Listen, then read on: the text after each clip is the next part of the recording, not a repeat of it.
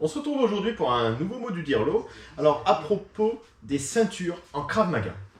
Alors, je sais, certains d'entre vous, sur les courants de Krav Maga, peuvent être choqués par l'idée de ceinture.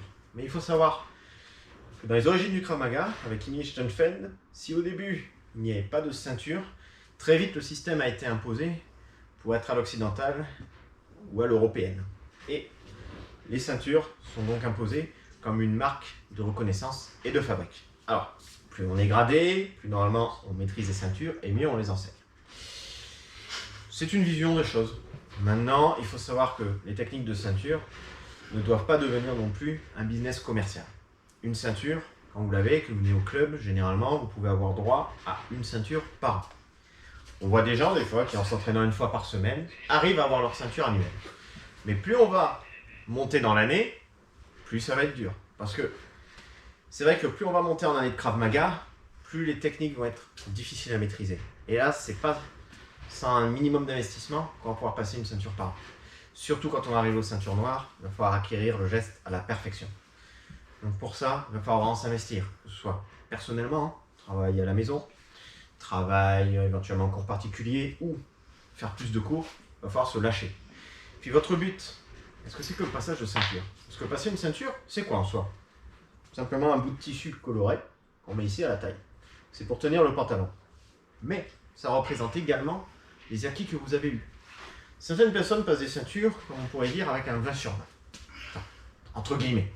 Parce que c'est vrai qu'avoir 20 sur 20, c'est jamais parfait. Donc, ce n'est que relatif par rapport à un passage d'examen. Si vous avez eu ça, tant mieux pour vous. Si vous avez eu moins, ça ne veut pas dire que vous êtes mauvais. Maintenant, si vous l'avez eu avec 10 sur 20, c'est pas que vous êtes mauvais non plus. Vous avez déjà fait bien acquis. Vous avez au moins compris les bases. Vous n'avez peut-être pas perfectionné ou maîtrisé autant que votre collègue, mais vous n'êtes pas nul pour autant. Vous avez ces acquis. Et c'est pour ça qu'en fait, une ceinture est relative, parce qu'au final, c'est comme tout examen. Du moment qu'on a la moyenne, on l'obtient. On peut être très bon, excellent, ou on peut passer limite, on l'obtient. Mais le Krav Maga, à la base, est fait pour qui? Il est fait pour que tout le monde puisse réussir à se défendre, quel que soit votre niveau, quelle que soit votre condition physique. Vous n'avez pas besoin d'être le champion pour vous protéger dans la rue. Vous avez besoin d'un minimum de connaissances et de parfaire ces connaissances en fonction de ce que vous êtes, en fonction de ce que vous pouvez faire. Et ça, il est bien essentiel de retenir de ce que vous pouvez faire. Parce que ça veut dire que même avec un léger handicap physique, vous êtes capable de faire du Krav Maga. Il faut juste s'adapter. Ça, c'est très important. Maintenant, au niveau des ceintures, si on vous a refusé une ceinture, ne le prenez pas mal. C'est pas passé, vous n'aviez pas le niveau. Vous n'étiez pas assez prêt. C'est normal. Regardez votre investissement. Regardez sur votre année. Est-ce que vous avez pu être régulier? Est-ce que vous avez été blessé? Est-ce que vous avez été sérieux? Est-ce que vous avez compris les nouvelles notions? Ce n'est pas à votre prof qu'il faut en vouloir. Il y a un travail personnel derrière. Prof, il est là pour vous aider à réussir ce travail. Mais rien ne pourra se passer sans que votre cerveau intègre lui-même les données pour les répéter naturellement, dans l'ordre naturel des choses.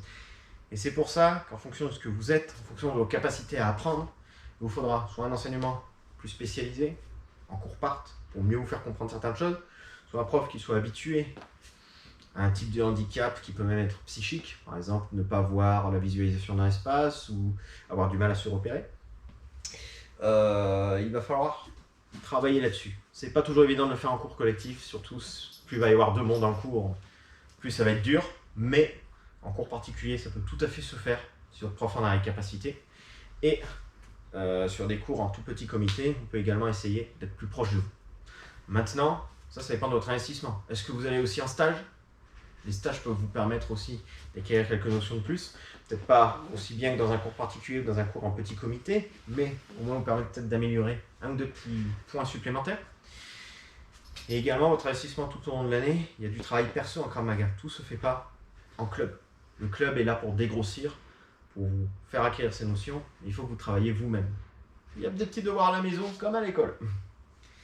Bon, maintenant, ceci dit, tout dépend de votre objectif. Est-ce que vous êtes là juste pour le loisir? Est-ce que vous êtes là pour passer les ceintures? Ou est-ce que vous êtes là pour réellement vous défendre?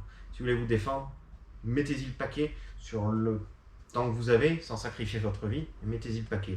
Vous êtes là pour passer les ceintures, je vais vous dire que vous n'avez rien compris au Krav Maga. Le Krav Maga n'est pas une histoire de ceinture. Et ça, je le répète pour tous ceux qui veulent passer des ceintures, qui sont à la course à la ceinture, vous n'avez rien compris au Krav Maga. Ce n'est pas une passion que vous faites là. Vous entrez même dans un système où vous voyez le Krav Maga comme une capacité pour vous faire de l'argent, mais ce n'est pas ça. Vous ne ferez pas de l'argent avec cette mentalité. Vous ferez de l'argent parce que vous êtes un passionné. Parce que des gens vous suivent pour ce que vous êtes et pas pour le service que vous proposez. Dernier point important, quand vous travaillez, essayez de toujours vous mettre dans des bonnes conditions. N'ayez pas avec votre lot de problèmes au cours. Ça ne sert à rien. Les problèmes, vous les laissez au vestiaire. Vous les récupérez au vestiaire quand vous partez. On ne veut pas les garder ici. Mais vous déposez vos problèmes, vous mettez en condition pour être bien mentalement et physiquement. Et vous verrez qu'à force, vous allez être de plus en plus zen, vous allez être de plus en plus cool et vous allez mieux apprendre. Et puis surtout, arrêtez de vouloir aller vite. Ça ne sert à rien. Il faut toujours être capable d'apprendre lentement. Plus on va aller vite, plus on va se tromper, plus on va faire des erreurs, plus on va devoir les corriger. Voilà. J'espère que vous avez compris donc que le système de ceinture n'est pas là pour vous sanctionner, qu'il est là pour vous donner un aperçu de ce que vous détenez, ou des connaissances. Normalement, des ceintures se passent auprès de son enseignant, comme dans tous les arts martiaux, jusqu'à la ceinture marron. Au-delà, c'est face à un jury national.